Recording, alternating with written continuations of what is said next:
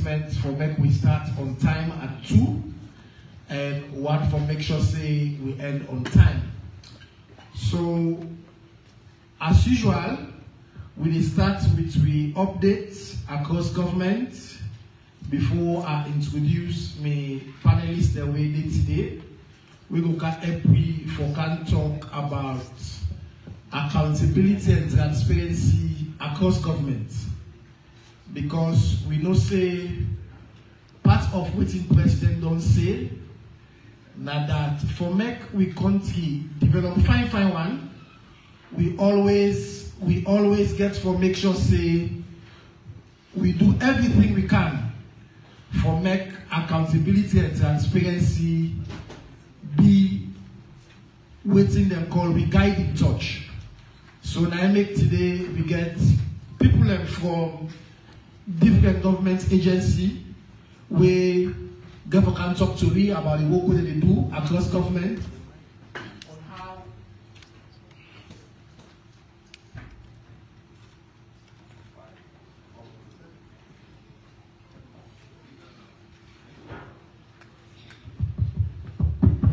on how we strengthen accountability and transparency. So like I said before I go to the panelists the way they, let's just run quickly and update people on what government don't do for the past 1 week since we left here. Now we all know say on Thursday the 18th January, the president will address the country where he talked to me with a message where he don't continue for over many years about peace, consolidation, about unity, and particularly from this message, President talk say, we as citizens then, we for build bridges and not for create walls. And we for also celebrate with differences and find strength for make we share within our common aspiration. And he call we all for make we continue for work together and forge a path so we go able make sure say Salone become prosperous, and for make sure say everybody become a stakeholder for the country in progress and process. Also on Friday 19 January, the president also signed into law the new Finance Act 2024 where Parliament been done pass. And this Finance Act get boku what they call fiscal provisions there for enhanced revenue mobilization. On Thursday, the 18th again, Parliament also passed into law and enact the National Monitoring and Evaluation Agency Act 2024. This act, when passed, it make provision for whether establish the National Monitoring and Evaluation Agency will go be semi-autonomous body for ensure say greater accountability and transparency day for how they disburse and use una money them where they refer to where Francisco refer to as public funds, and also for provide efficiency and effectiveness on how we deliver programs and projects there we will benefit ordinary people there. Also on the 19th, the Minister of Information and Civic Education, when Chain or EBA, they also meet with the resident coordinator for the UN Salone, when Madam Seraphine Wakana, and in that meeting they discuss boku issues them where relate to public information, civic education, data protection, and other policy then. On Tuesday the 16th, UNFPA then country representative at Salone, Nadia Rashid, and the First Lady will also get engagement where they will discuss body rights campaign and address boku issues them where they for do with online shaming whether they direct to women and girl picking them. Also, na Putloko on the 17th of January, the Ministry of Tourism and Cultural Affairs, they continue their year-long campaign for Explore and Discover Tourism. And then they embark on assessments of some island and touristic sites there within Kafobulong, Chiefdom, and Putloko districts. Also, let I end with one announcement. the Sierra Leone Integrated and Resilient Urban Mobility Project. SLEO, one will say, obviously, the Boston, I don't see the Boston, we don't get. We're in a World Bank project, we World Bank, they work with the government of Sierra Leone. Then say from Monday the 29th January, then go and get for officially launch, then brand new high quality bus the way we don't carry it as alone for support the public transport operations. Now, after President's launch, they do 3-day test drive. Una listen, 3 days they do test drive. We mean say they will get free bus trip from the 30th of January to the 1st of February, where it starts each day from 6 a.m. to 10 p.m. So that means they do free bus trip, then new bus there will come after President launch. Any side where you want for use for go with them will be free. Now it's also important for me to know say that the bus they call a Waka-Fine. Then they use 2 corridors then. Then get the east corridor where they start from bus station at Wallace Johnson Street to Calbaton. And then they get the west corridor where now from the same bus station to Lumley. And when they get for start the full operations, you can go begin to take payments on the 2nd of February 2024. Then we all for no say back for make the work fine one. They don't set up what they call the Metro Transport Limited Company. This company are the shareholders the way today. Now the Motor Drivers Union and the Buddha and Bus Owners Association, the Keke Union and Bus Riders Union, the members them. Now they get for form what they call the shareholders them by this company, where they will be regulated by the Sierra Leone Public Transport Authority within then 2 corridors. So now the announcement that they will get and the updates across government, we will go now straight to waiting we there for today. Like I said earlier, today we can discuss about the facts where President Bio don't take from 2018 where it come on accountability and transparency across governance. And we look at the progress we don't make so far and waiting at the challenges. And when I know say for me to talk this talk, fine one. Nobody not in the position where don't demonstrate for the past more than 5 years the competence, the integrity, the credibility for take this fight, but not to only fit to get an office, but also it don't carry the people them along. And I go one for first introduce the People's Commissioner, Francis Benkenfala, where now the Commissioner for Anti-Corruption Commission, where we can help we for can discuss with we there for today. Also, government we don't sign up 10 years ago. Then they give one letter say they want join what they call open government partnership, where OGP, the coordinator where they you work now for make sure say government and the people and the civic society let trust day. And that trust day for make you get them, they get commitments there where governments we don't sign up to. But forget the OGP coordinator where OGP don't be part of NACID, with the National Council for Civic Education and Democracy. And the woman, we don't lead this process. We don't make sure that this process very credible. We don't do boku work.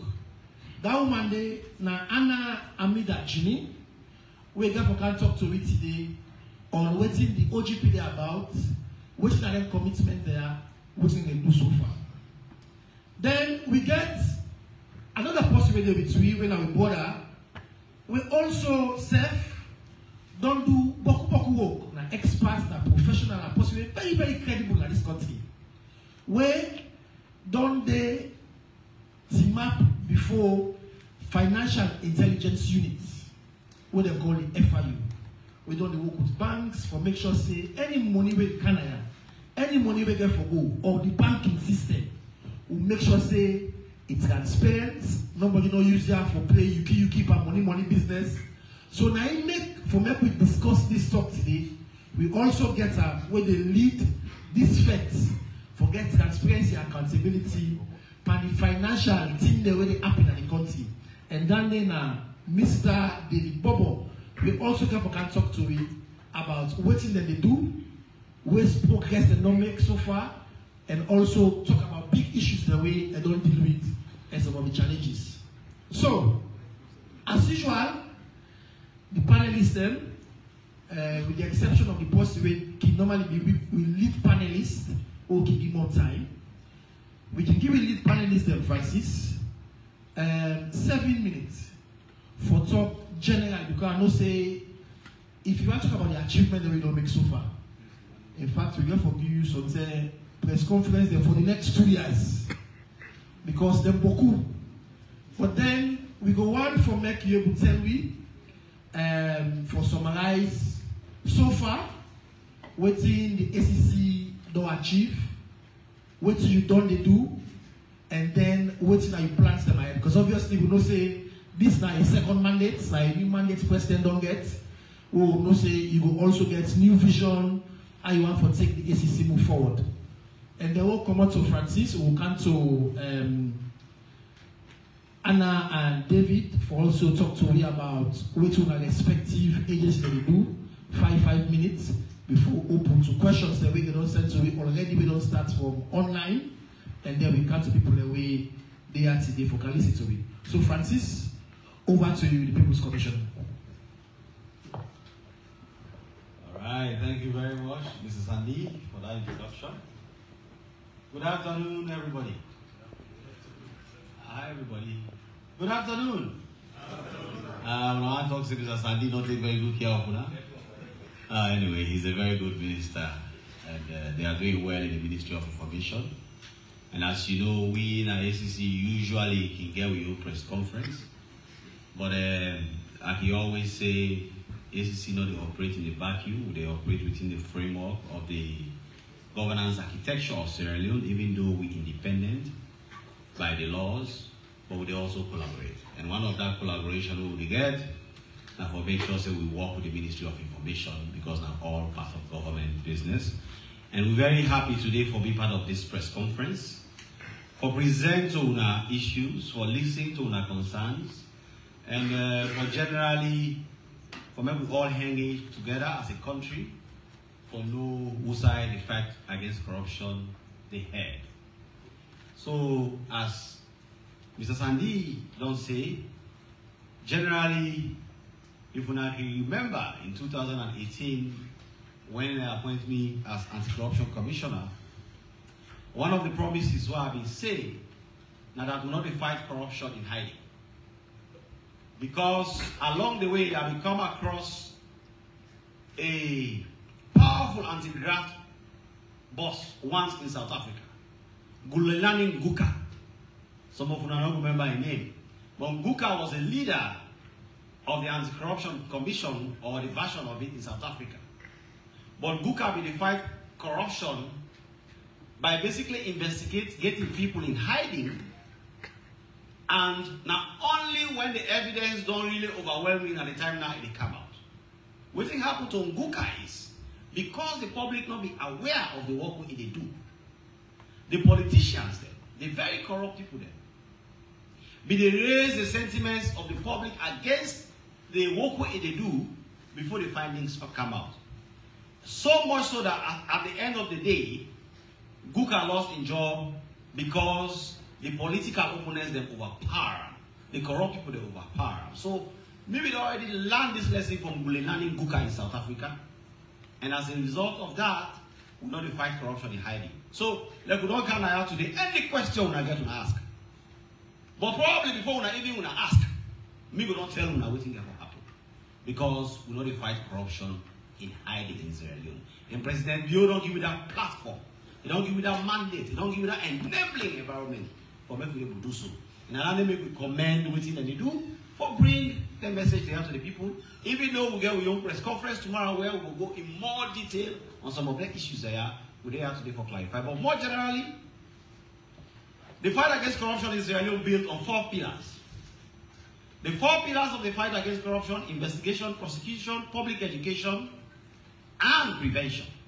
All of them don't they go together since I take over as commissioner, with none being subordinated to the other. So we aggressively educate the public, and also we investigate and prosecute, but at the same time we take steps for prevent, for backstop, so that the country not go back to USA every day. And in doing that, when we investigate a case, the outcome get them 3 pillars there in mind. There are times when we can decide, say, okay, this issue here now such that now preventive measures they will take. We will do something for prevent corruption, either from continuing or from being taken forward. But also times and they will say, okay, this one let we investigate criminally. And one, we can decide by law for caution the person, for buy down for make it behave himself, and not continue for do that criminal act again. So that the next time we do them, we can take action against them. The other process, now for charge them to court. We charge them to court for make it be accountable for what it do before an impartial body when at the judiciary. The third one we can do, we call them the out-of-court settlement, where the law empower we for sit down with the person and say, look, Mr. or Madam, you have done wrong. And this wrong what you do is so serious that we get 2 options. One, we can charge you to court now. Or if we not charge you to court, because the judiciary overwhelmed, because we get so many cases already proceeding before the judiciary, and sometimes they take long, or because even we say we own capacity is so stretched that we can't have 200 cases going on in court. We are not going to charge you, but bring every money you have stolen back to us. And then, in addition, the law give you the option for tell you, say, 1, you cannot hold public office again for a minimum of 3 years, or when they come back with that money, you for count with interest. So that is another lawful means for people to do with job, and then I will act. So these are the measures, and throughout these 5 years, we don't apply all the measures there, with the backstop them with massive public education and prevention drive. They go to the offices there, they check their systems, processes. We recommend policy considerations there whether for reform, and after we recommend policy considerations there whether for reform, we monitor for make sure that they put them in place so that that office they not become corrupt, what we call corruption risk assessment. So they do all things there massively over the past 5 to 6 years, and therefore as we do them, other people in there where they rate work, international bodies, local bodies, they are there. They all work now for sit down no more and check how salon they behave. And we can take a few of them because they will not go take all of them. But the one they will do, the PFM consortium, when I salon people them, a consortium of public management and finance. Then we set up, the British, they give them money, they say, well, go check how corruption affect the go to salon. When they check, indeed, they confirm say bribery remains a challenge. But the country, they do a lot of great things in the fight against corruption, where don't make public confidence in the fight against corruption not improve, and even generally corruption prevalence don't reduce. That's at the local level. At the international level, we know the Afrobarometer began measure corruption prevalence in Sierra Leone in 2015. And the conclusion was that corruption prevalence in Sierra Leone was as high as 70%. Extremely high. But then same people that come back in 2019 for can check after we President Leone was elected president, me become commissioner, working with the team in the Anti-Corruption Commission, and also collaborating with every other person, the government and the people of Sierra Leone, and confirms the corruption prevalence in Sierra Leone don't reduce from 70% to 40%. That is a massive drop. It's a massive drop. So we don't say corruption we don't end, but for say corruption not reduce, and independent body talks say corruption privilege not reduced by 70%, it means we dey put in conscientious effort and there was a result. Of course, we also know about the FCC. In 2017, Salon been a fail. 49% now we get. 49% in school, a fail. Fail, E. Since President Bio became president in 2018 and empowered the commission to fight corruption, Salon don't pass the MCC scorecard consistently for 6 years in a row, year in, year out, every year above 70%. If you begin to go to school, you get 49%. Then you go get this teacher for study and a host. And this teacher had to study and that beginning will be they get 49%, now they get 70%. After I get 71%, later I get 79%, later I get 81%, later I get 83%. Another time, so on average, each year it perform above 70 years. Not to excellent performance that one day. So the country has been rated internationally to be performing excellently in the fight against corruption for 6 years. Based on data, not a positive feeling. Based on data. So, then they don't make Salon don't pass the control of corruption indicator for 6 years in a row and we don't qualify for the MCC. But beyond MCC, we don't validate. We say they are excellent people, 70% throughout. We get Transparency International. Salon Mide 131. When President Bio become president, me, Francis Ben Kaifala become commissioner. 131. We'll be there at the red zone. 6 years onward, Salon jump 20 places upwards in that ranking from 131 to 110. That's it, na miracle. So all them things they can continue. By the time they tell you about World Integrity Report and all them things they show say we are doing well in the fight against corruption. Like you get over Sunday, they say we're not going to do this press conference today. But I want to do. So all these they show say locally and internationally there is a validation of our work. We know the driver talk say we don't kill corruption. But what is very crystal clear? Not that. What will they do against corruption in Sierra Leone today? Better than any time in the history of Sierra Leone. And the results are there, the data are there, and the confirmation are there. Thank you very much, Mr. Sadi, for the short time we give. Thank you very much. Thank you very much. Well, when I see the energy we demand to talk with them, that's the same energy we use for start this event. But just quick one, Francis. I'm not saying like you say, question again for Boku. But just quick updates, we will not say obviously after the COI, there be recommend some investigations that will be done for Dr. Samuel Kama, former President Skoma. You get any updates on that before we open any questions? Because we get some questions that you get for answer. Yeah. But these are just general updates. So if you get any updates, are they here today for answer only? Exactly. Yes. But me and my colleague, them, the journalists, we get also get a good time tomorrow on ACC. This is not the beginning. Because there are other people that look, my good friend David Bobo, they all get for answer. So side the COI investigation, they say they're not going to make decision on them. Then that issue go to the competent body, will get the authority for look into them. And let them look into them afresh and where possible take action. So that we refer many issues to it, not just the issue of Dr. Samura Matthew Wilson Kamara and Dr. Anes Baikroma, but they were then the high profile one the way everybody interested in. But if you get any question on the other ones, I can always answer them. So that through the day, remember I said sometime in December we'll be invited there are two on separate dates. They all come on the commission, we ask the questions based on the COI findings and then give answers. Dr. Anes Baikroma go to ACC twice in December alone.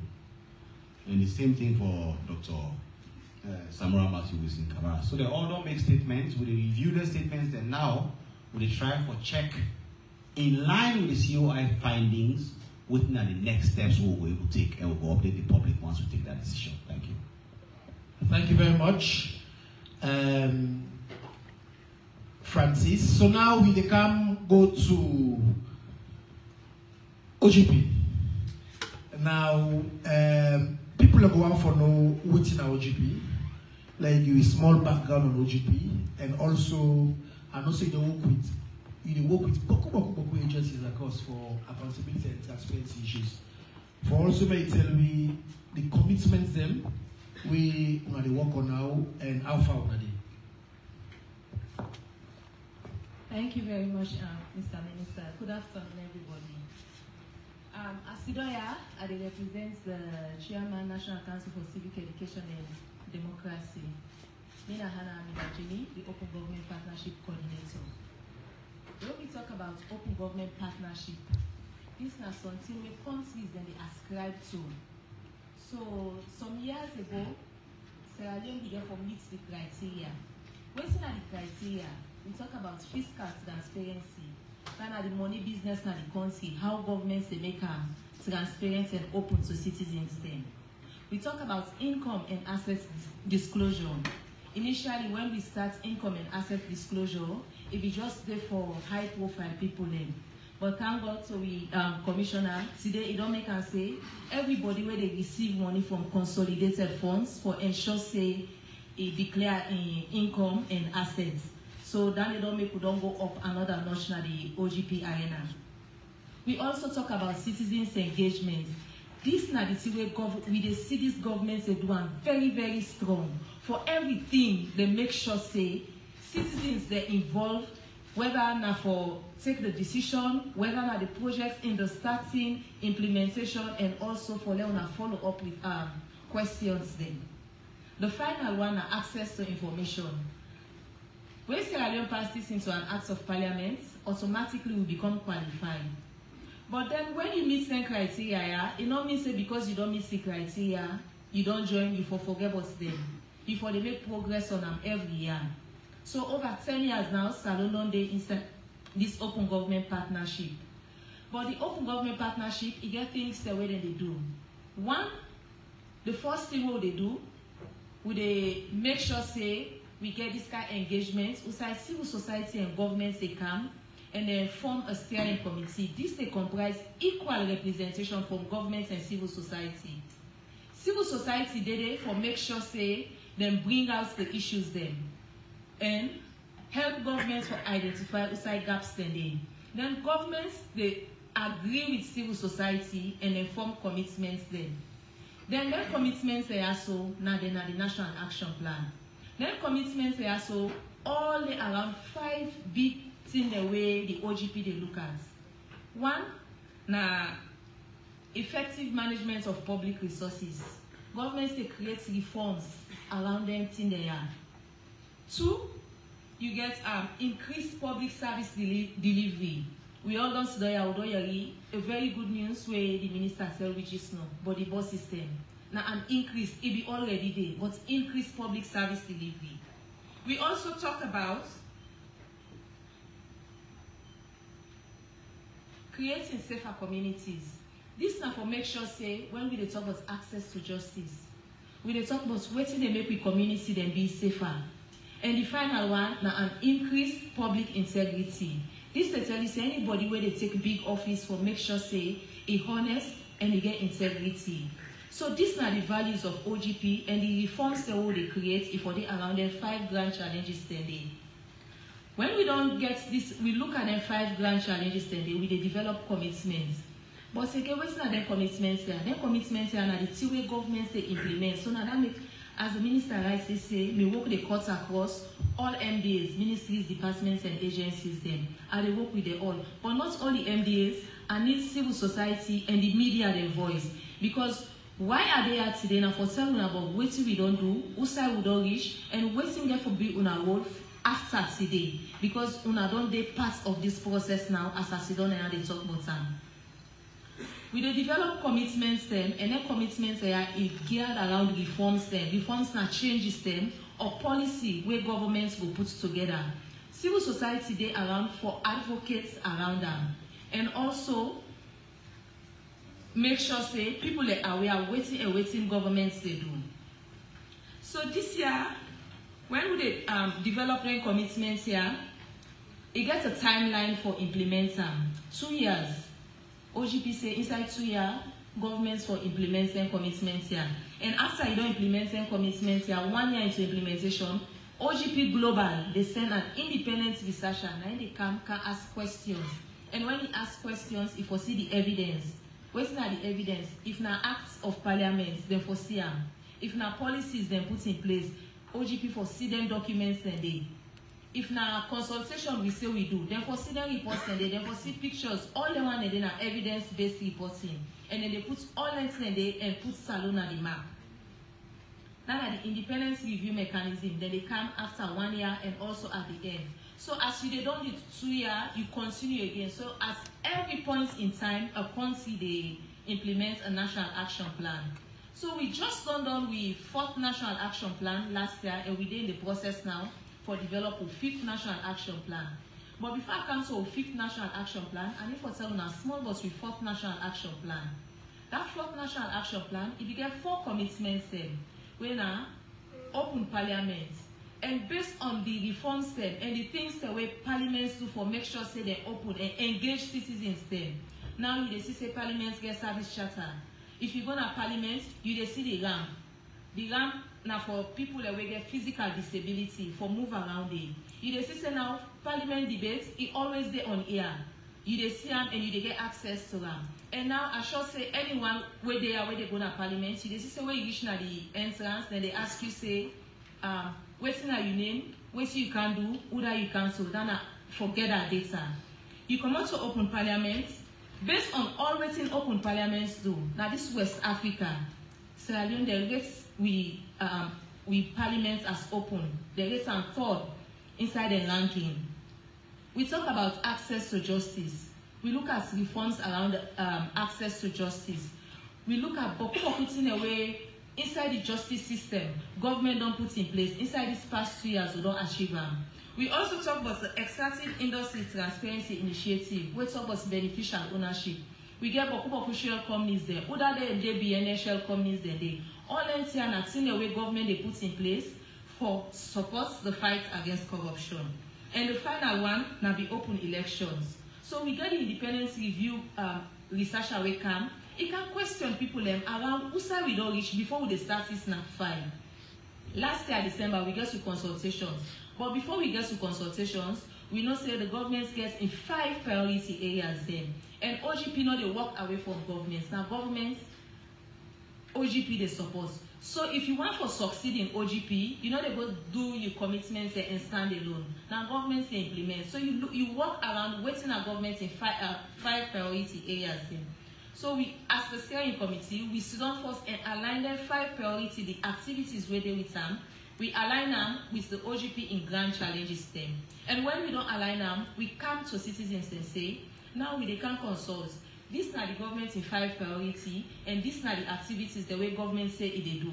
Waiting are the one the way una feel say OGP for add voice too. Then, apart from waiting governments don't say that they do, the top 5 priority. Waiting are the one the way they outside government in priority, where una feel say governments need for pay more attention to. So waiting are the commitments here where we come up with this time. We say we look at the youth employment scheme. Now one of the commitments the way we get, we look at revamping the public sector architecture, where they talk about for establish a government delivery unit and the presidency with a coherent connection to smaller delivery units and the ministries. We also look at open parliaments again. We say more day for the parliaments do. We look at extractive industries, transparency initiatives, and we also look at anti-corruption. We don't talk with anti-corruption because now we're there in expert meetings. These are technical meetings, so don't get them grand 1 year so. But now we get for look at waiting at the specific actions that whether ministries, departments, agencies, they are there for do within these 2 years. So now we get small meetings the way they align some of their activities they are so waiting that they do. We get access to information and access to justice. But for more on this, I will encourage you, since I don't get much time, but I will encourage you for follow up on the NACSED website, www.nacsed .gov.sl. So una will be involved in the process. Una help for advocate. Una help for monitor the process. I thank you. Wow, thank you very much. You see, where they say, what man can do, woman can do more. Thank you very much, Anna. The important thing we will take from what Anna say, that government in commitment. So whilst Francis don't say what ACC they do, we will not stop there. We also committed and support the OGP process. Now I make, in fact, like where Anna say, the 4th National Action Plan, they rate the Parliament as the 3rd most open Parliament. What means something? So what means say, even if you get ideas or you get thoughts about the Parliament, but at least the Parliament open, people see what in Parliament they do, people understand what in Parliament they do, and even if you think about the ramp. Also very important as well, because we got to make sure say, even we citizens there, we company, we get disability, then say we get access to the Parliament. So I think say like Anna say, the NACID website there, for getting more information of the things there, and then they work with civil society organizations them across board, and we know say they will continue to do their work there. For now, focus on NAC 5 and see. When our youth employment, when our revamping the public sector, anti-corruption threat, transparency, initiating the threat, access to information, but who are putting the way they go for do. So we now go to the man where they look at the financial sector. Because the fight against corruption is across governance. So now brought in all sectors. And I am talk now specifically on governance. And see, look on governance. But now we get somebody where the director na FIU. Where instead your work now for look at what's in the happen in the financial sector. For make sure say transparency there, accountability there, thing them there where not they give the government or the country bad image. And people don't use this country for the bad way come by money business. So therefore I go invite my own brother David Bobo for me also talk to you about what the FI they do, what are the big things that we're going to do recently, and also what are the plans that we get as the director. So over to you, David. Thank you very much, Honorable Deputy Minister, and I also want to greet the members of the press. This is an opportunity for the FIU for share what they do. Even though most of the things that we do supposed to be discreet, but we believe we get a responsibility for also tell the people of this country what this institution means in terms of promoting the integrity space for all began for. So the FIU, now the creation of the law, the law will create the FIU, now the Anti-Money Laundering, Combating the Financing of Terrorism Act of 2012, though there have been some few amendments to that. And one of the things what we know is that finance, they play a key role in every crime. So people then they commit crime for get money, and people then they use money for commit crime. In either way, it undermine and erode the confidence that people then get in the financial sector and the economy as a whole. And by extension, it undermine the stability of that country if we don't take action. So the whole idea about the creation of FIU from the international standard, the Financial Action Task Force, they think and say, the way money they play a role in undermining global peace and security, we need to put some structure in place where we will look at that area there in terms of money laundering and terrorist financing. So then the FATF will come up with a number of recommendations, what we call the 40 recommendation. One of their recommendations specifically requests member states then or countries then for establish a specialized institution like the FIU. But the FIU can take different models. We can get administrative model like the one we get at Salon. We get the model with a law enforcement model, and we get other models with a prosecutorial model. You know, so we own model na the law enforcement model, meaning we own work now for look at what happen at the financial sector space, for put together intelligence where we see say there are unusual activities and then able to assist the relevant law enforcement agencies for take action. So in terms of the approach to that taxing, we do them from three broad perspectives. We get the preventive measures then. We mean say the one that we, the institutions that we get the mandate for give out license like the Central Bank, like the Australian Insurance Commission, the one that they license, the one they did for do financial services business in this country. There are certain things that they will go with needs for let them do, for ensure say they prevent criminals from using them for let them carry out illicit activities. So they help their supervisory institutions and they for come out with directives and measures them where we require of them. One, how they bring customers on board the business. That we call our KYCCDD. We get for each sector, the banking sector, we get your own directives and guidelines where they speak to Dandy.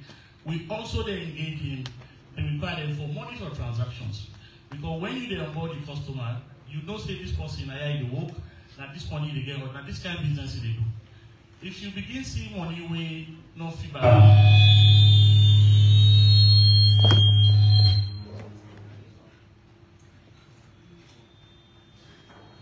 So as I say again, one of the pillars of compliance what they talk about now knowing your customer and know what that customer will bring to your business over time. So if you see the customer they bring something way more feedback the profile where you get about them, you get a responsibility to go to the other requirements we have for report. And we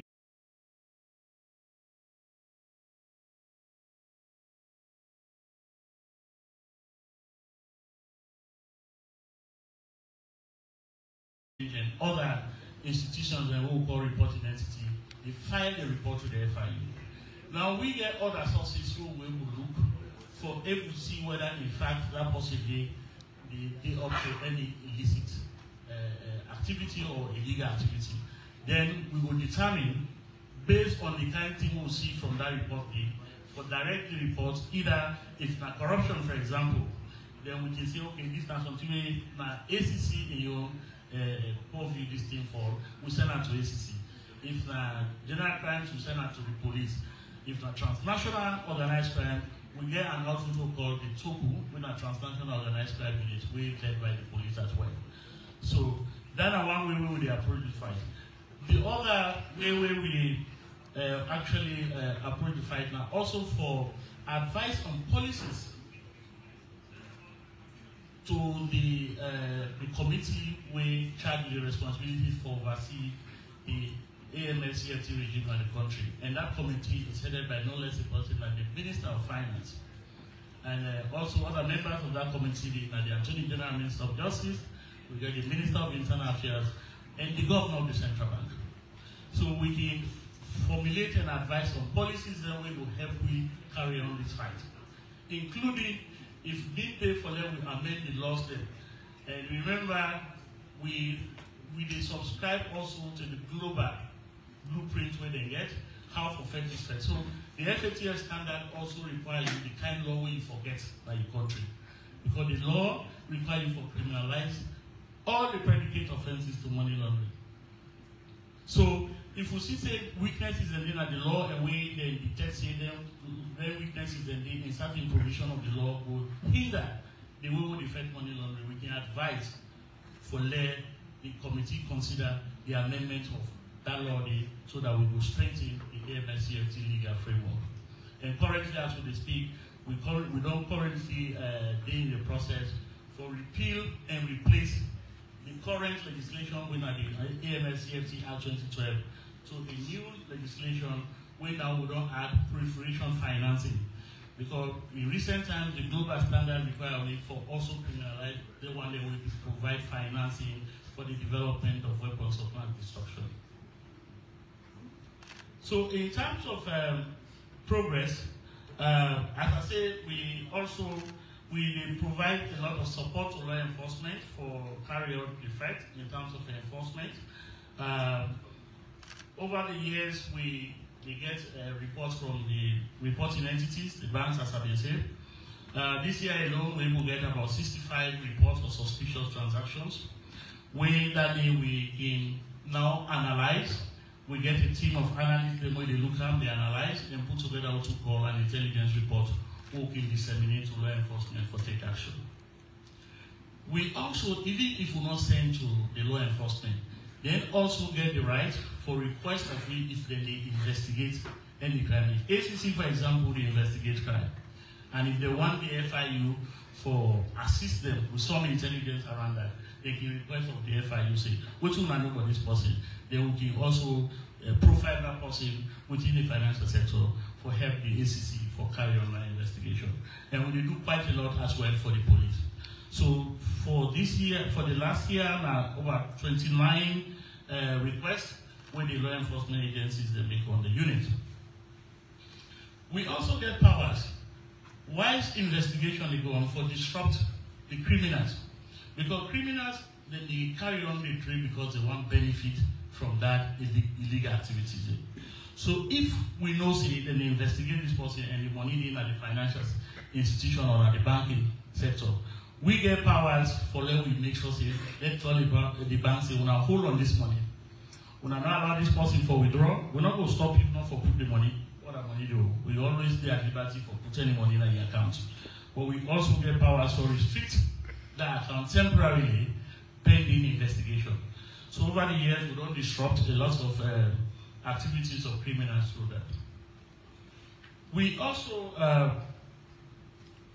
provide critical support to the Commission of Inquiry. Before the commencement of the Commission of Inquiry, the FIU being critical for profile all the persons of interest. And that profile maybe assist the Commission of Inquiry for doing work. We also take a lead for coordinate with other stakeholders within the MSCFT regime for understanding the landscape in terms of the risks for money laundering and waiting at some of the mitigating measures they will for put in place. So we don't do 2 national risk assessments. We do one in 2017, and recently we don't conclude the 2nd national risk assessment.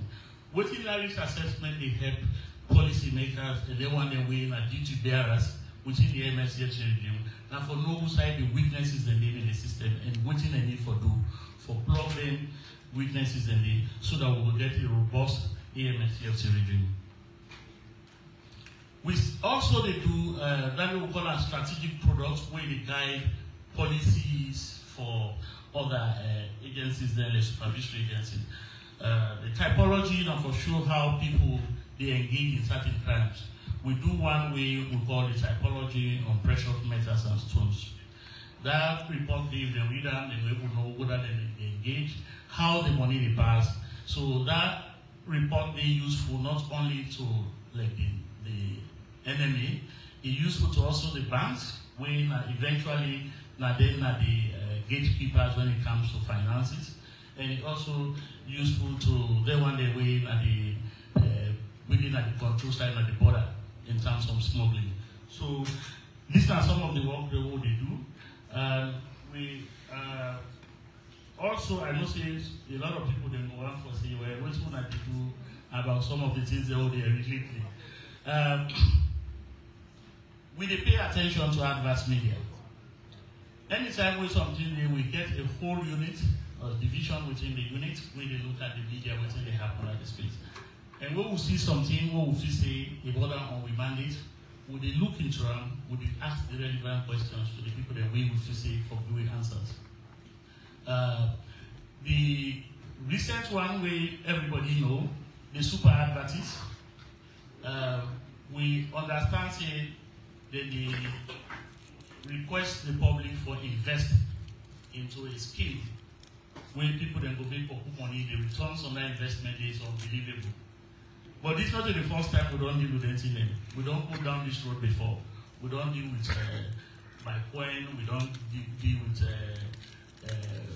other one that we are in wealth builders, you know. But people still continue to give them the opportunity for let them take away their hard-earned money. Because Nikki always say, responsible citizens, they help government for protect their property. The fact that because you don't see police station there around here, no means for left your room and do not open. You get the responsibility for protect yourself. So but the same thing they happen, people can fall for their business, and one thing we run through all of them when they were done deal with over the years, well be that like coin auction and 20H Pro, all of them, now one thing common, now Ponzi scheme, that scheme where the ability for deceive somebody and then buy into the cheap lies so that then you invest in money.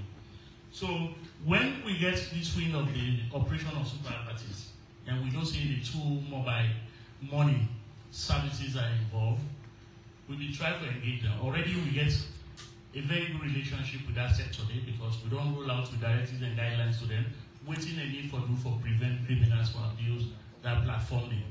And we do that rollout day in collaboration with NATCA, with the ND supervise the technology end of things, as well as the central bank, within the Bank of Australia. So we began to engage them. And one of the things we learned clearly is that the super advertising itself, as an institution, not get any direct relationship with any one of them. They try to aggregate money in the name of investment through established agents for the companies there. And then for talk about super advertising, a little bit, super advertising, they established them sometime in September, where they acquire license. So sorry, Bobo. Usa would they now part the super advertising business? At the time they went back because I think more people are getting interested. All man know how they form super advertising.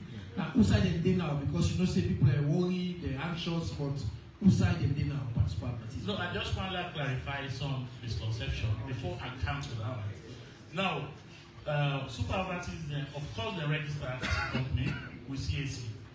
But there are certain activities we want for undertaking in this country. It's not enough for them to get a certificate from Corporate Affairs Commission and then embark on the activity. Mining are one. Financial services are another. So apart from the fact that you get certificate, we then register you as a business entity, you have the obligation for seek license from the competent authority in the case of financial services, not the Bank of Australia.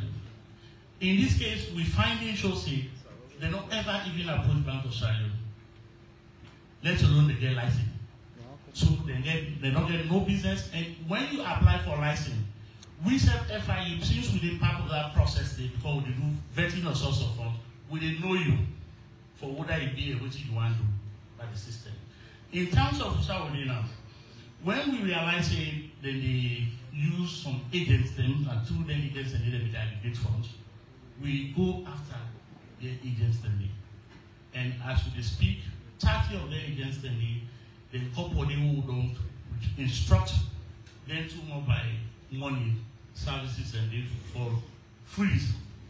And the total amount as we speak now about 3.4 million in the new loans or 3.4 billion in the old loans. And the ownership of super advertising, the one Chinese getter. We don't get all that information there and we don't provide the intelligence to police. As we speak, police, then they work very hard for make sure say they trace the one the way they behind that business day. And so that we will be clear as to who side we money they did, and then we will come back to the public for telling what didn't happen.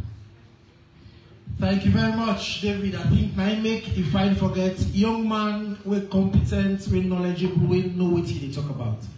And I know say I begin at the first 5 minutes, but the reason we can extend because in fact one question we just get from online, where one we Paddy Lamanaba ask now super advertise.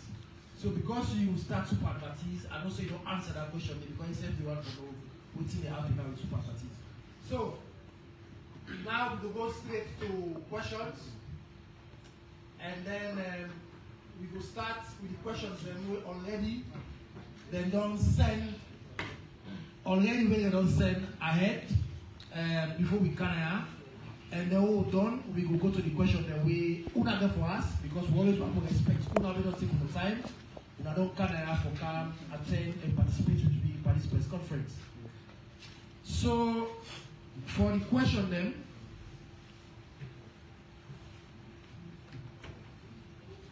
we will read the question then. And this one, the starting first now from an unknown. We send this online. It says, can you categorically confirm that the former president is not in exile with all charges dropped? Are you confident that he will face a easy trial in Sierra Leone?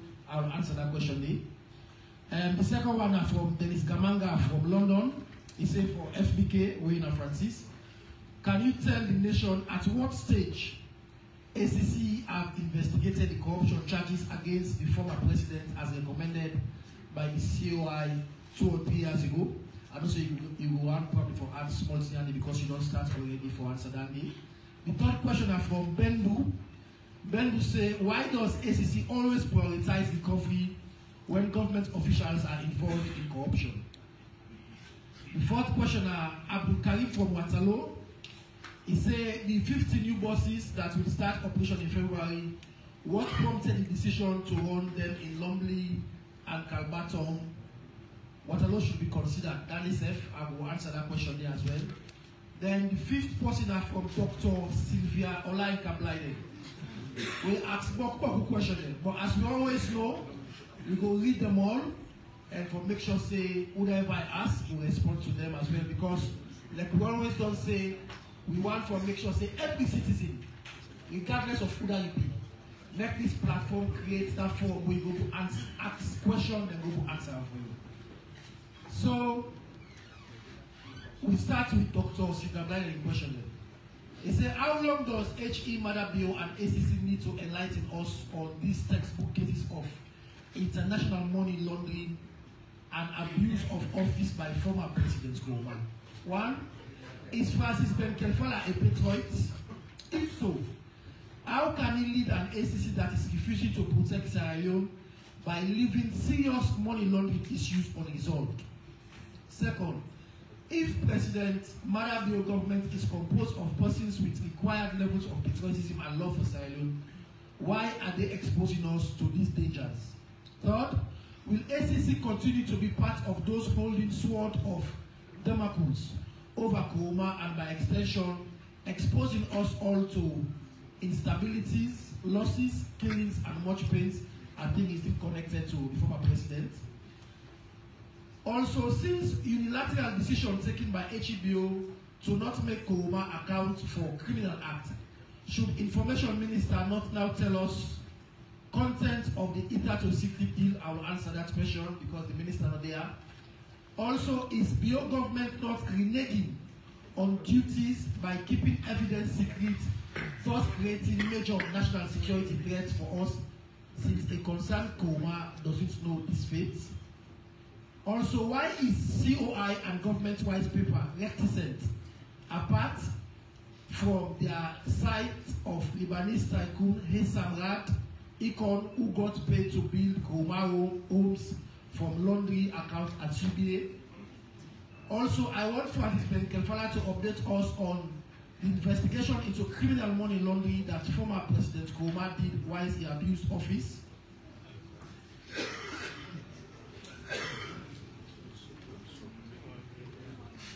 Also, did ACC investigate Kuruma's money laundering partner Sampa Antonio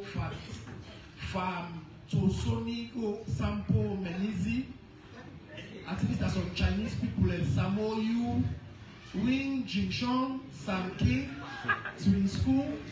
I think I'm not saying you. So, when I publish people on them, also, let's not say we create this platform for people to ask questions. Now we're duty for reading a question and then we respond to them. Did SEC work?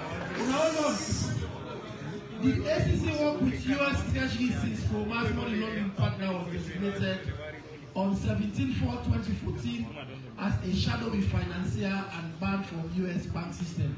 I don't know who that the shadowy post we talk about. Also, how far as the SNP government unraveled mystery of the $3 million sent in Coma's laundry bank account, seemingly from Qatar, but without knowledge of the Qatari. Lastly, why has ACC government not acted on evidence of Coma's money laundering cash flows, bank account numbers, and monthly bank statement tendered to the bank colleague Thompson Sewa? Dande now for the AC Commissioner. From Moses, we please request an update from the AC Commissioner regarding the investigation of the Clerk of Parliament and his wife. And then we go take this other one, last one from Amadou Lamranaba, where they not already answered the question on super advances. And also he asked about arrest. We don't talk about arrest. But also he said one for no from the ACC Commissioner, what does he make of President Bio's statement that he will intervene into the issue in Parliament? And also if he's concerned about how the President will get involved, especially when the ACC is investigating the clerk. So I think that the question there one and day, let's just quickly start with this one we get to do with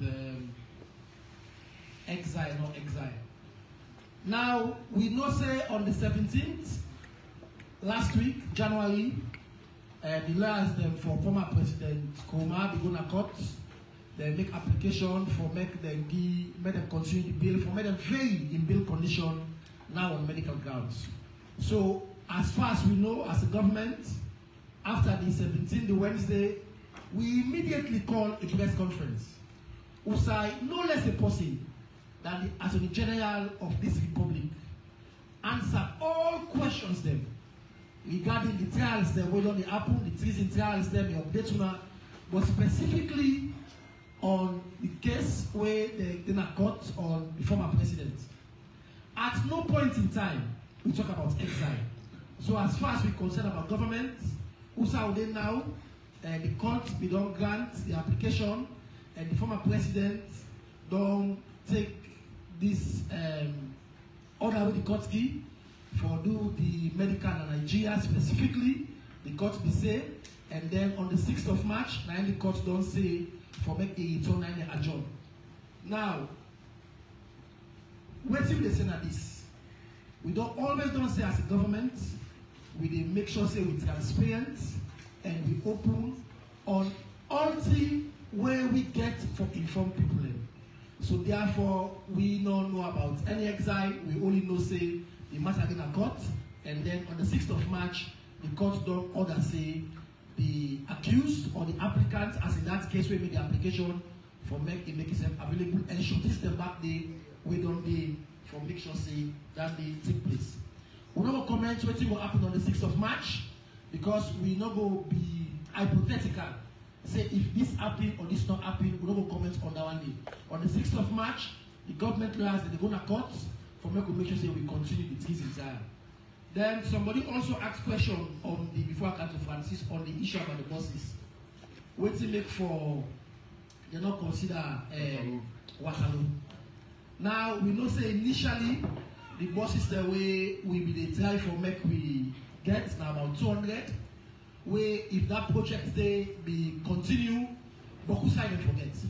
But because of this funding we will get with the World Bank, in fact in total, this funding they cost $52 million. The $2 million na government in contribution.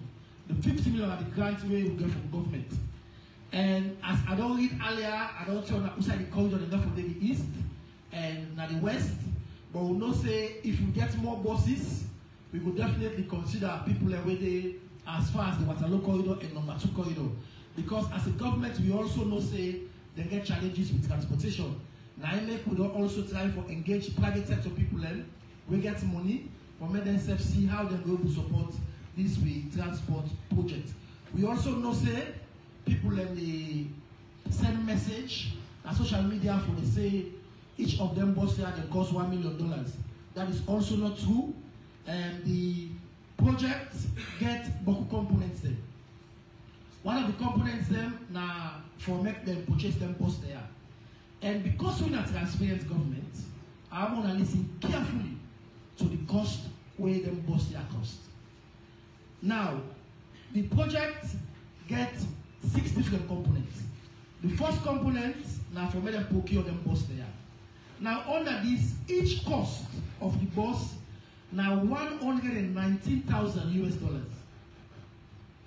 The cost of the 50 bus step in total now about $5.9 million US. That is a $5,950,000 US.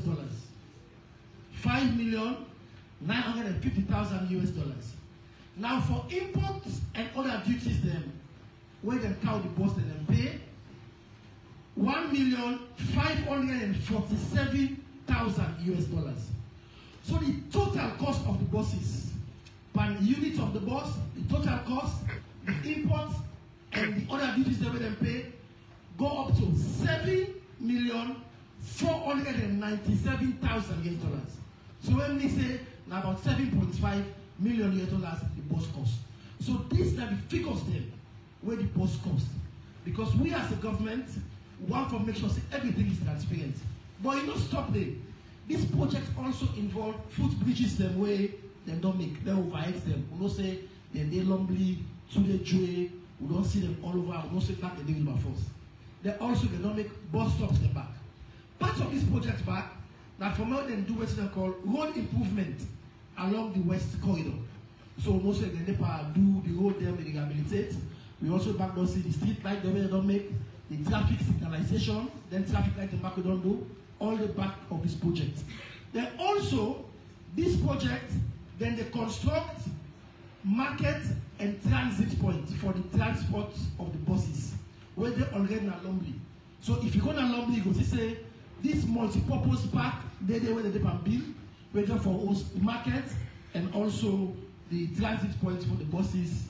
And this now just the thing that way the inside by this project. So just for the one the way they go write message or pass social media say this bus costs $1 million each. That is not true. I don't want to break down of rating the bus them cost. And if you need any other information, we will available for make we answer them. So we come over to Francis, where I know say see that the Boku question there, but I know say very capable for making answer them question and give people enough information for them what they can house. Francis. All right.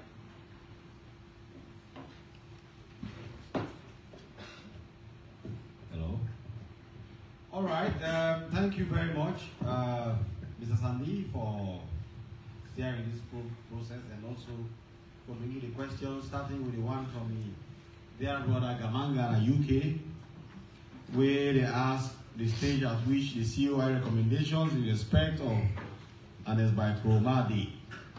Now, one common misconception with the public get about COI is that they still say the actual COI implementation and the Attorney General's office get it. So the actual case, the COI, when the white people came out and the Attorney General act on them, and the Attorney General, the auspices, the COI did. The only one that will come to win are the one that will the court specifically refer, or the COI itself specifically refer to ACC.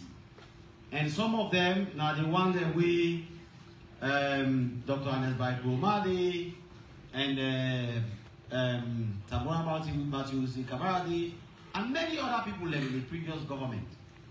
But I've already give updates and talk, say yes, indeed, we don't interview them.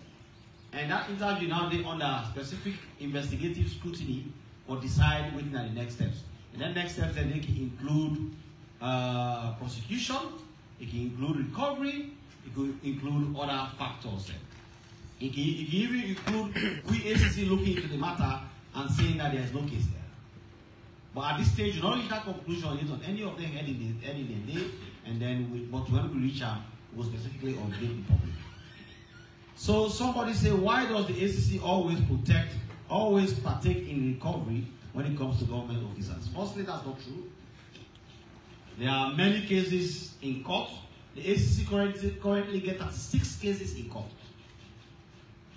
And of them 36 cases in court, 12 of them reserved for judgment.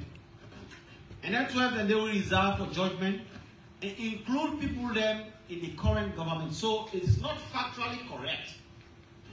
It is not data correct to say that the ACC always they prioritize recovery. No, in fact, when they prioritize prosecution, we get plenty of cases in court.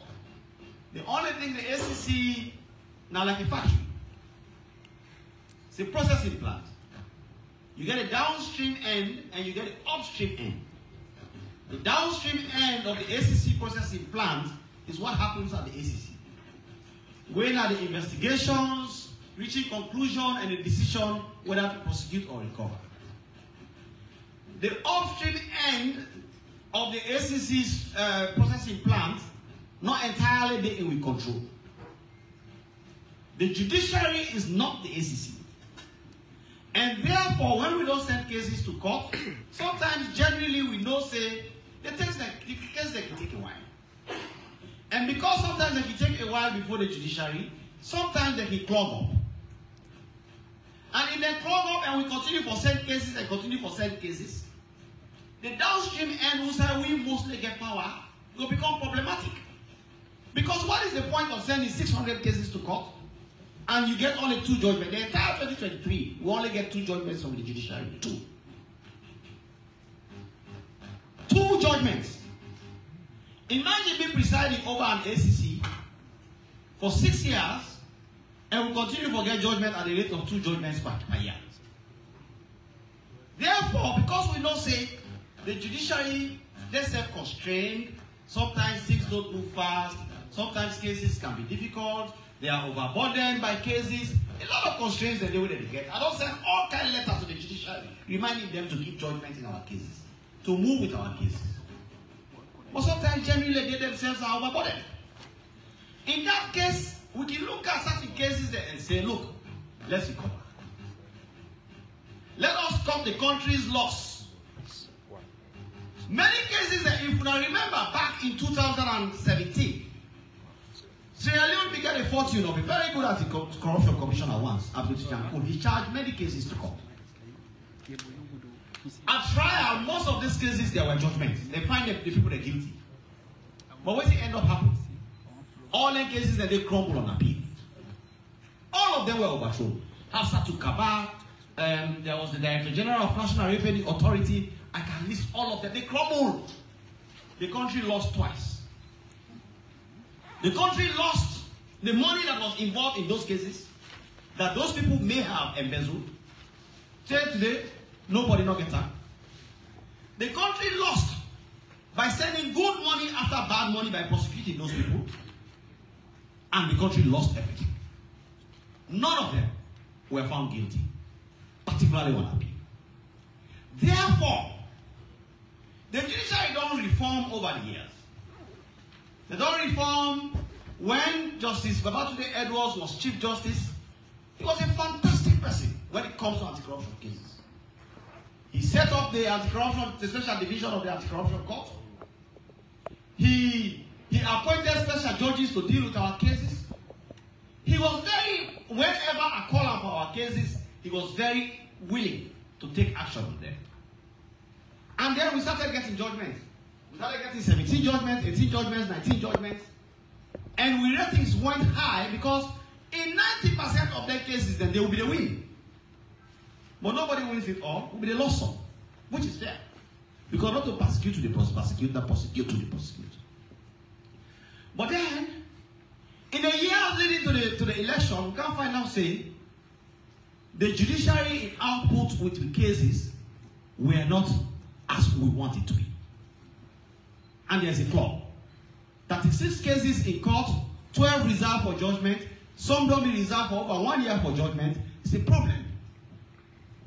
So in the downstream end of the anti-corruption cases production plant, if we say we continue for just send every case when they can't to the judiciary, then something is clearly wrong with us.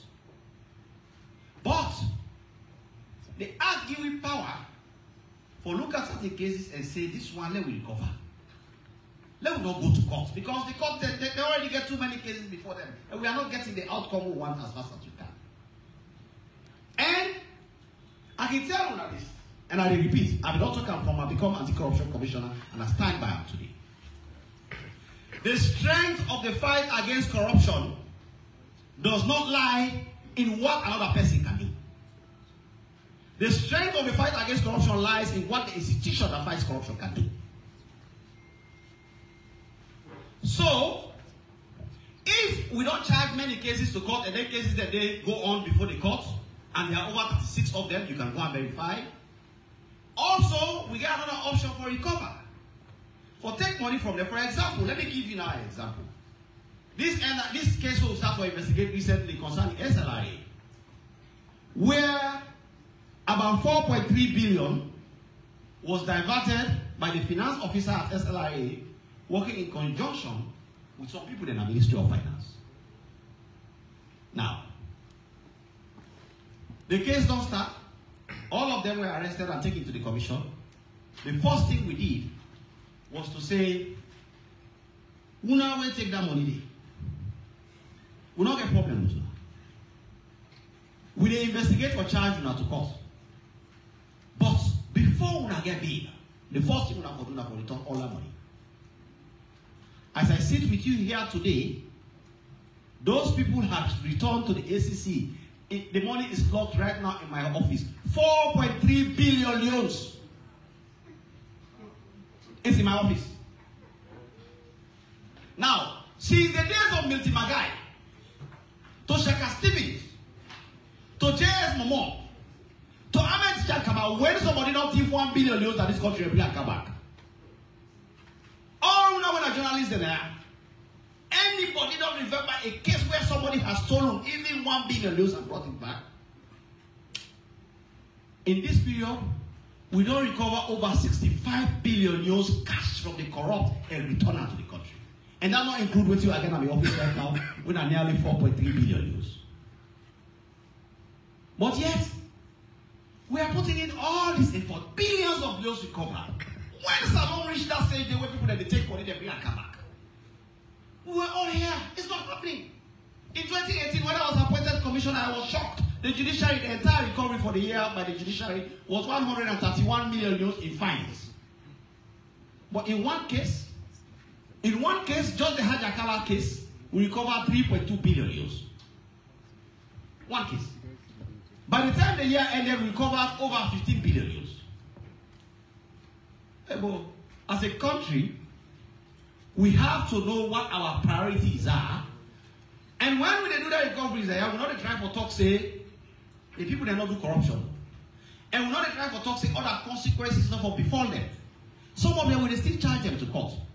But the narrative around it has been that the only thing where the SEC they do now for take money no more from people. It's not true. We they recover and we they prosecute. We they recover and they recommend to some of them people they have lost their office. We they recover and punish. So as we discuss the issues of recovery, let me also get that in mind for say it is not just recovery that the ACC does. We also prosecute and we take other action. But you can give me small time because I'm ready to reach to the 21 questions of severe blindness. Thank you. All right, let me now come to severe blindness in 21 questions. Because severe blindness don't list out a lot of things which he claims to be factual about money laundering allegations against former President Dr. Ernest Bai Koroma. Now, I don't know who says severe blindness and get the facts from, but some of them were contained in the COI findings. And we served on the investigate money laundering case which involved former President Dr. Ernest Bai Koroma. But money laundering is a very complex issue. My brother, the big Bobo, is here. In fact, the investigation into Ernest Koroma in money laundering allegation, now we have FIU that one. Okay?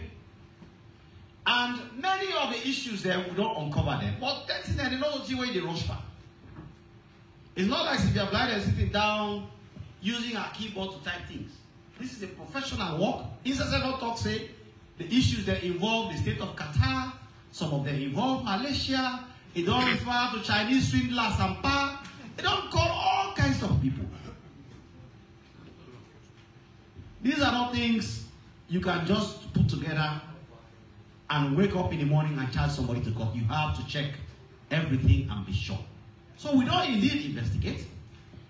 And we get a lot of facts and evidence available to we. David Bobo is here, he knows.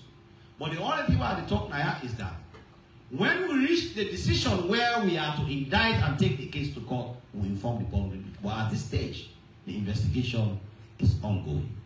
Update on the Clerk of Parliament. Mr. Sadi. Patient. Me and the press today, we have a date. And they want to hear about the Clerk of Parliament, not so? Now,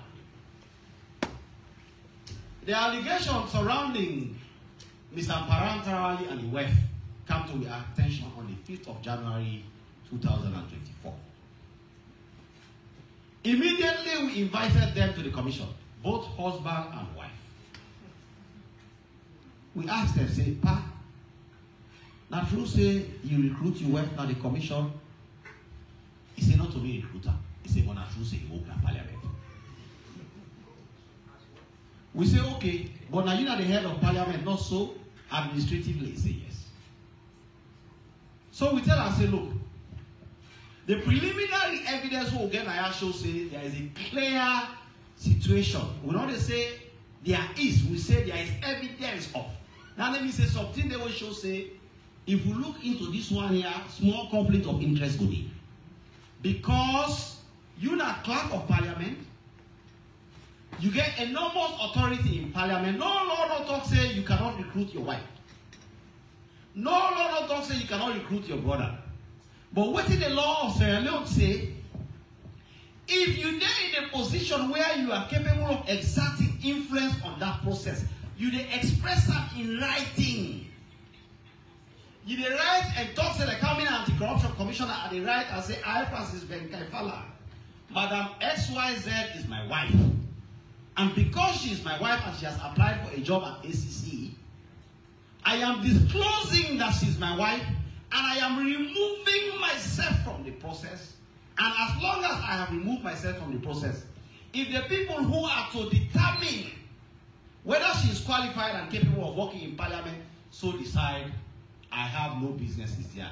Like Pontius Pilate, you wash your hands clean in public. But if you do not do that, then it is possible that there is conflict of interest. And I remember I was in the US. I personally had a telephone conversation with Mr. Parantarawali, who told me clearly that he understands that he did not know these things. He was not aware of these rules that I am explaining, but he can confirm that his wife did work in parliament, but he personally did not recruit her. Okay, so that is the first track. And so I said, okay, now that you have confirmed that your wife worked in parliament, number one, bring the money. Every money that she has been paid from parliament. Let us first have it in our offices, where we are now having a conversation whether or not you knew or you did not know. And that is the only way she's going home. So as a bail condition, Mr. Parantarawali and his wife scrambled and they came with 131 million euros. At that time, we had calculated that she worked for about 10 months. And that is what he told me. And that is what he told our investigators. But when we now investigated from the Accountant General's office, we found out that she has worked for 19 months. So we have calculated 19 months to be 151 million euros and asked them to pay. That payment is not absolving anybody of liability and responsibility. Like I have said, my own duty, the first thing as Anti-Corruption Commissioner, is to protect the resources of this country.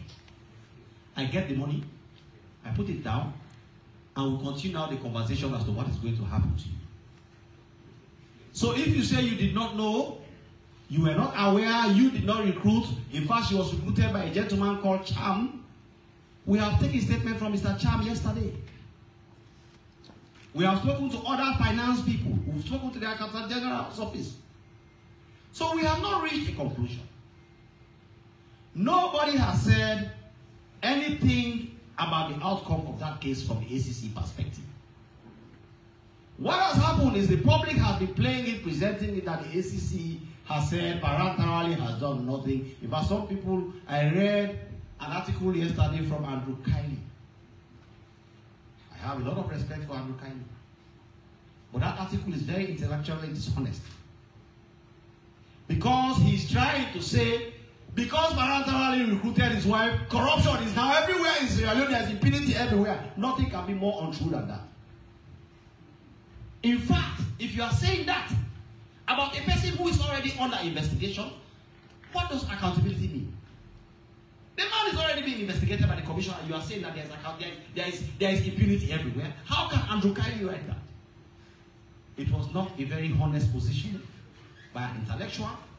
And as a country, we have to understand that we have to approach issues like this from a point of view of honesty. When we started, I gave you the data. That Sierra Leone is at its best position ever in the history of Sierra Leone when it comes to accountability. How did we get there? We did not get there because we have said corruption is over in Sierra Leone and it's finished, it's done and settled. We got there because of what we are doing about it. And this government is very serious about it. They have empowered the commission and we are continuing to do our work. So let me make it clear here that Mr. Parantarali and his wife are under investigation. That they have paid back the money that we had calculated they were owed. We have now found out that it was 19 million euros. Yesterday, I told Parantarali and my wife to bring the balance to about 21 million euros. Once we have the 21 million euros, we are now going to consider what happened in that circumstance. The other issue I have to clarify. The other issue I need to clarify. Sorry, sir. Now this Harvard business woman. The other thing I have to clarify. We operate with law. And a lot of people that don't write all kinds of things in public, journalists, intellectuals, presenting something we're not correct. They say ACC will start case against people that will pull them out of office. But when it comes to Paran of office, because a powerful man, now SFPP man will not pull out of office. Now, again, the one that when they write down, many people they don't know the law. So I can now for present the law to them. And for clarify certain things around that. ACC not get power for remove somebody in the office. Who they investigate. Section 134 of the Anti-Corruption Act read as follows. A public officer who is charged with corruption or economic crime shall be suspended at half pay with effect from the date of the charge. Which means we for don't charge the person to court. We for don't sign indictment a crime going to court. For say you don't commit crime, let the court go answer. Then about 10 days now the ACC they say you for come out of office. But before we do that, like in this Paran case, why would they just investigate now? We don't get power. It don't mean that the people that were administratively responsible for the institution where the investigation will go on, no go do that by themselves. But this kind of way how the public, they say that the ACC, they be figurative, they left around, it is not true. And then they use the case of Aisha Johansson for justify this allegation against me. Let me again make something clear. Aisha Johansson was charged to court 1 year before I became commissioner. 1 year before I become commissioner. When I become commissioner, I can't meet this indictment before the table. And I look and say, well, there's a provision which says if somebody don't be charged to court, they're not supposed to be in the office. And Aisha Johansson has been charged 1 year ago by Adi Macaulay. Therefore, in accordance with this law, I say, Madam Aisha Johansson, you get to come out of this office now. When the case not done at court, you can go. Now the law go after her for pulling out of office. And this law not invoke it because the trigger is that if will be charged to court. Thank you very much, Mr. Sandy, for the time to clarify all the issues. Thank you very much. Thank you very much. And I hope say this would not be adequate information if you will look at the question time. Because I know say beaucoup question and they will get for us. Where do I bother on nowadays? And Now, I just also want to tell you, say, because we committed to this fight for accountability and transparency, normally, Commissioner, we press conference, we don't make commitment for 3:30. But we extend the time.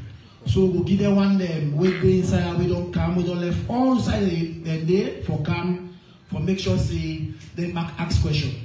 Now just last comment before I just open the floor on I'm gonna ask a question about President Bio comment with the MPs there. Now obviously you go no say when issues that they come up in Parliament, not one issue no more. So President Bio interaction with members of Parliament can border on boku them, on party issue, on operations in Parliament, on how the party they do with legislations, and constant engagement during the day. So when President Bio say he go intervene for talk on issues where they border with the MPs them, and on they talk about Parani matter. Because Parani matter already, like Francis say, they investigate. And ACC now the body where the Lord give power for investigate matters them of that nature.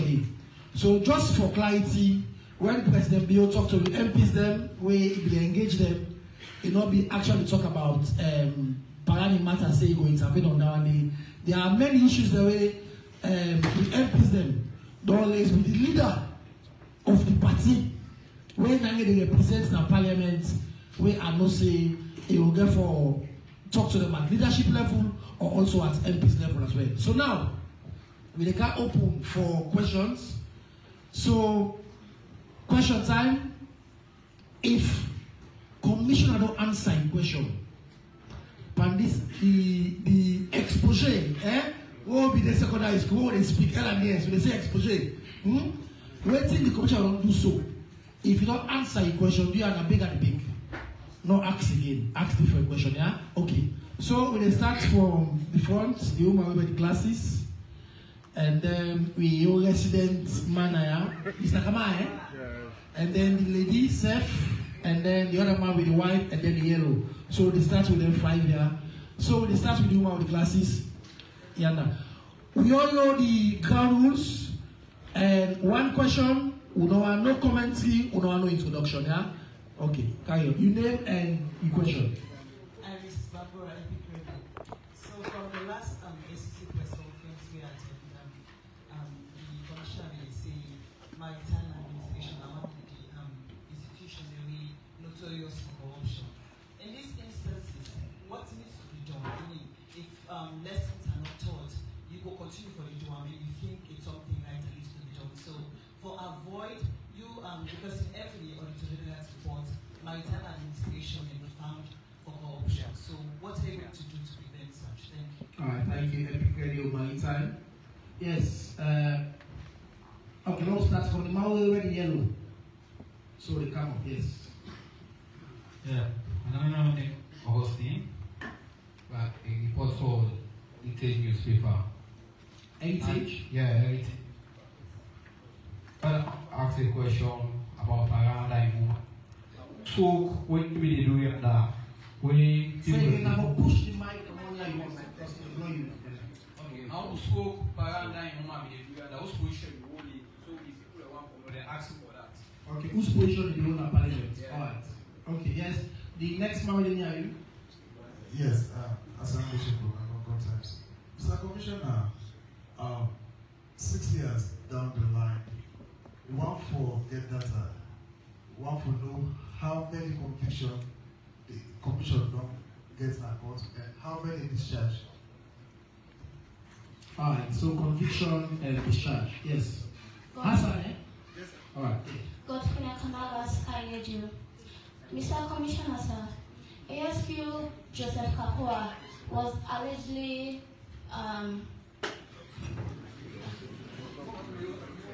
Talk your lawyer. they allegedly rated Kapua for embezzlement for money for development of SLBC.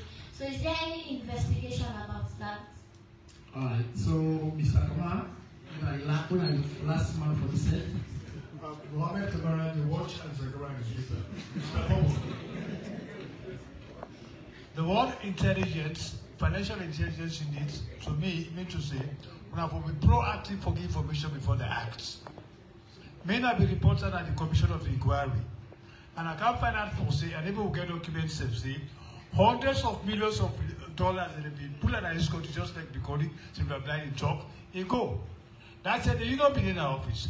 Who slaps is where the financial intelligence unit to be get during the time where people say, you don't see what you go able to do for that don't happen again. Because we get, for example, I'll give an example. We investigated a case where in the former commissioner of NRA, and there are 3 banks that are Royal Banks in London, each and every one get £12 million sterling. The money where people say the free salon need today if we begin a salon. What's in the state of family financial intelligence at the time? Was it conspiratorial or what? Thank you very much. Now, yes, we always say, Mr. Kamara, your resident manager. Now, we get 5 questions, 4 now for Commissioner, 1 now for Bobo. So, Commissioner, just a reminder, maritime, position health, ASAN data, and then Godfrey, right? All right, on Kapua. So, just straightforward, maritime, remember I said in that press conference, I will talk as most of the issues border on 2 things. Administration, that means the people the way they administer will do better. And 2, supervision. The one that will supervise them is supposed to do more or make sure they do the work. So, but when it comes to the corruption allegations, they will work now for investigate, they continue to investigate, and for recommend action, they will go improve the place. What work was done? The work, straightforward question. She was employed as HR officer, sir. HR officer, human resource officer at Parliament. That is what she was employed for. 6 years down the line, how many convictions? I don't want to give you the exact data, but I can tell you, say, over the years, some years we get 16 convictions, 17 convictions, 18 convictions. The only time when the conviction don't plummet very seriously was 2023. We observe that because the elections, they come, and they go improve now. So they work with the judiciary for make sure the prosecution and conviction rates improve. But we also get about 86% conviction rate and about 14% failure rate. So balance that. But if you need more information on that, you go on the website www.anticorruption.gov, or you can speak to Mr. Sadi. Mr. Sadi, please stand up, let them see you. Mr. Sadi, that's the famous Mr. Sadi, will answer all your questions that you have if I cannot answer them here. Then, of course, the Kapua case. Madam, the Kapua case, we don't completely investigate them, thoroughly investigate them. And one of the recommendations when we sent to the Minister of Information for the attention of the President that if we change leadership na SLBC. Because we find out, say, the problem at SLBC was not really that kind of corruption like the one where they talk with the 2.7 billion euros. Now the administrative lapses. So we find out, say, if there is a new leadership with a new vision and impetus working with the people there, then we're able to reform the place working with we for make the place better. So now that recommendation they now we make to the minister, and I'm not saying that they make the change more. But I believe say it play a role, and I'll not be surprised why I say they don't move the gentleman where they head the place to another place so that a new leadership will come under a lady. Well, I think that a few issues. Thank you very much.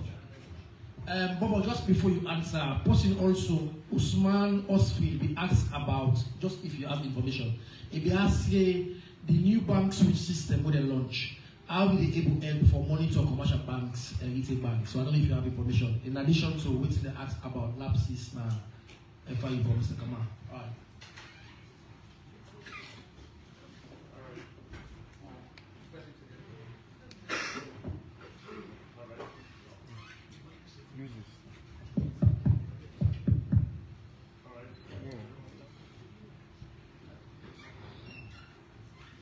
Thank you very much, Mr. Mohammed Kamara, the resident journalist. I agree with you that the unit, if we really do proper one, we therefore be proactive so that we will help foresee something and even before something go wrong. The thing is, I will talk about when I take over the leadership of the FIU. I don't want for subject the institution to any assessment before me coming. But when I come in, as an expert in that field, I see certain things be lacking as an institution, and I also they work with me oversight committee, how we will address some of them. One of the things that we therefore tailor the fight with respect to the risk where the country faces. And I tell you now about the national risk assessment we don't conduct in 2017 as well as in 2023. So we use that document to say the national risk assessment is to say corruption is high in terms of predicate offense. So how do we monitor politically exposed persons? The first requirement we are put in place now for ensure say banks can report separately on politically exposed persons, so that we see say waiting we definitely do within the financial sector space. That are one of the reforms they will do. Then one of the things that we the handicap we for reach out to the global network, now the fact that we are not member of Egmont. Egmont now the group of FIUs we don't meet the minimum standard, and when they admit you into that network, they will share information with you. And for example, like how I-24/7 will work with the police, where you need for know about somebody, you just put another network there, then they can take action and provide you the information. Now, one of the shortcomings that we get about even the COI, because we don't know who has some of the money they need. We know, we suspect some people who don't take the money outside of this country, but sometimes it's difficult for them to trace who side that money. But when you become a member of that group, then we will assist you so that you get a bigger look into the space, not only your own financial sector, but other financial sectors in the country. So, but we make progress on that. We application to Egmont at an advanced stage. We get 2 mentors where they assist with Ghana and Nigeria, and that they are sponsoring us for life. We get our membership. The only thing now is that they don't assess we in terms of operational effectiveness. They don't assess we in terms of the legal framework. Part of the need for them we review the law. I've been telling us saying we currently repeal and replace the AML, the 2012 Act, to a new act. Part of the reason why we embark on that review day and the repeal of that act, that for make sure say let we take on board the advice of the mentors for review certain provisions that the law we will give you access for becoming member of Egmont. I believe say with that reform, they not going to be business as usual. Thank you.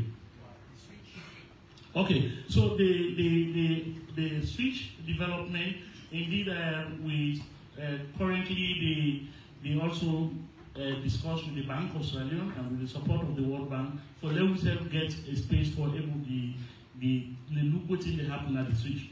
But that not happen yet, and I'm not going to talk about the current position. I will left hand for the Central Bank for take that. Thank you. So this is the last set we will take now. So what's up to do? I take 3 naira and then 3 naira. Last set. Alright, so yes, Madam, you first. Second and then third. Alright. So no, I didn't take with possibility again. So the Maui now, yes, you put it before. You always don't ask question, don't give new people a chance. You as well. And then Bianyan, yes. Alright? Okay. Let's start with the yes. Good afternoon all. Name na Manu Jalo, being a student in Afobe College. The question we were asking about what this said about the super adverts and then their own investigation. And in fine, so like after the investigation, the people that we don't like losses from this then get a refund from them because like as the because we know say like just like in Salesforce, there are people that don't they like the my coin or loan and I but than the my coin. But with people then we don't see say why make more people then join these super adverts and because of maybe not too much of engagement in job or that thing. Somebody can tell you say now. Alright, okay, so they ask if refunds so, yeah, right? Okay, so refunds. Bobo, refunds, yeah? Thank you very much, madam. Yes. Yes, the man, gentleman with him up there. Bokari Kamara, I write for the newspaper.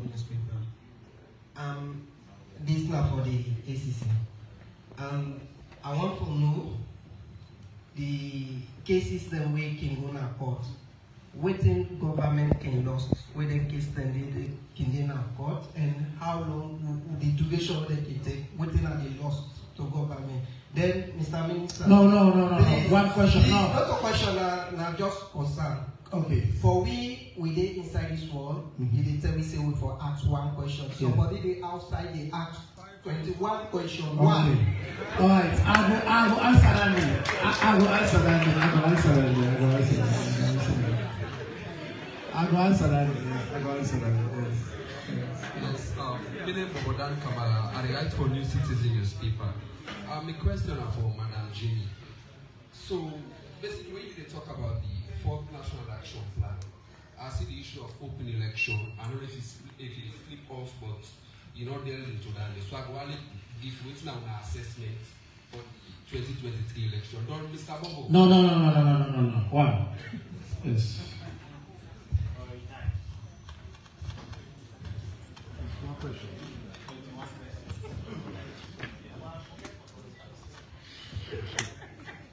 Yes, sir. This is what I say, and I write for the Leone newspaper.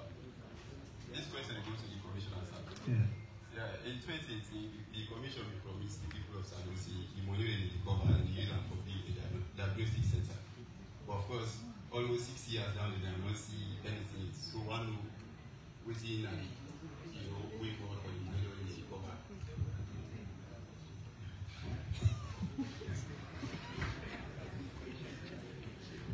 Alusan Fula Forum. So this one they go to Mr. Bobo. I know say una dey deal with these guys super advertises. But now where they don't know them, they now winner Q-nets. So then the border they continue that way down. So I don't know how I felt these guys. Or it's a small or Q-nets. Someone will say these guys are illegal, someone say they're illegal, ABC. So tell us more about Q-nets, please. Yes, I think there is fear man. Yes. Hello, good afternoon to everyone. My name is Abdurrahman Ba. I'm from the French media, Europe Afrique magazine, based in Brussels. Nearly trying to settle here. Honorable Minister, sorry, my English is not clear. I'm managing to talk the English. Honorable Minister, sir, what are the process and the procedure for outstanding Sierra Leone media professionals in Francophone countries to come and contribute in the information and the civic education? Thank you, sir. All right, thank you very much. So thank you very much for all the one that we ask question.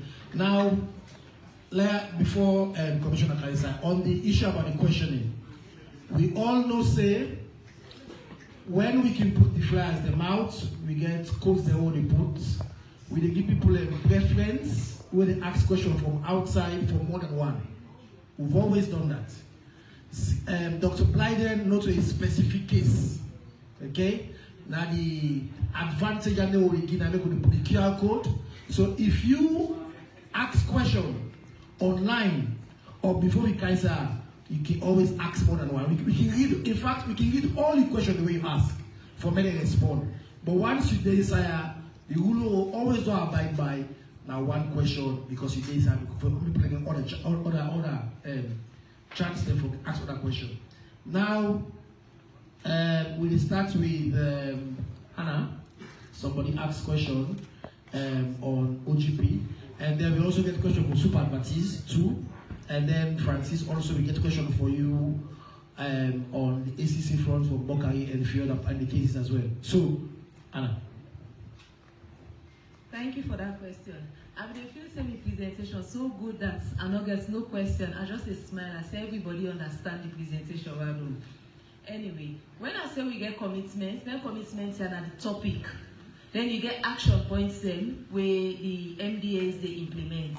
So we began a commitment on open, free, fair elections. Then this commitment it gets specific milestones. The milestones are activities there where the commission for before the elections. So one, we talk about elections management body. We all know say the commission be set up election management body. We get integrity committee, not so, after the integrity committee, they also get the publication of voter registration. This they do before the elections. So all man don't register, then they be there online before the election. So these are just few of the activities the way the ECSL we do before the activities where we agree on as OGP.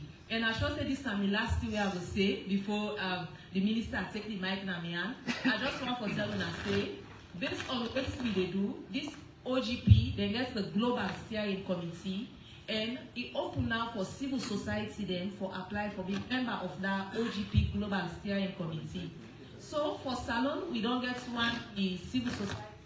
When a currently member of the Sierra Leone OGP steering committee and a civil society person, it don't apply for them. And when the voting get for open, I get for ask the minister for make una support and vote for them online. Thank you. Thank you very much, David. Thank you very much, Madam Jallo. We asked about the super advertises, and the concern is whether we get for restore the damage, the one the way invest so far. I will tell you, say it's too early for tell you something definitive with respect to that, but I will give you the one relating to my coin where you mentioned. When they issue my coin, just like how super advertises they do the business, they don't take license. So would they get advice if for let we able to use the money, part of that money will be, let's say will be free some money, about 6 billion at that time. For let we fall on that money, they will therefore go through the court process because this is not a country of law. So we go to court, and then the court will therefore appoint a liquidator. The liquidator could make an assessment of the claims on the scheme where they run, and then the court will direct the liquidator for then use the money for make payment. As it stands now on that matter, they don't make payment to 430.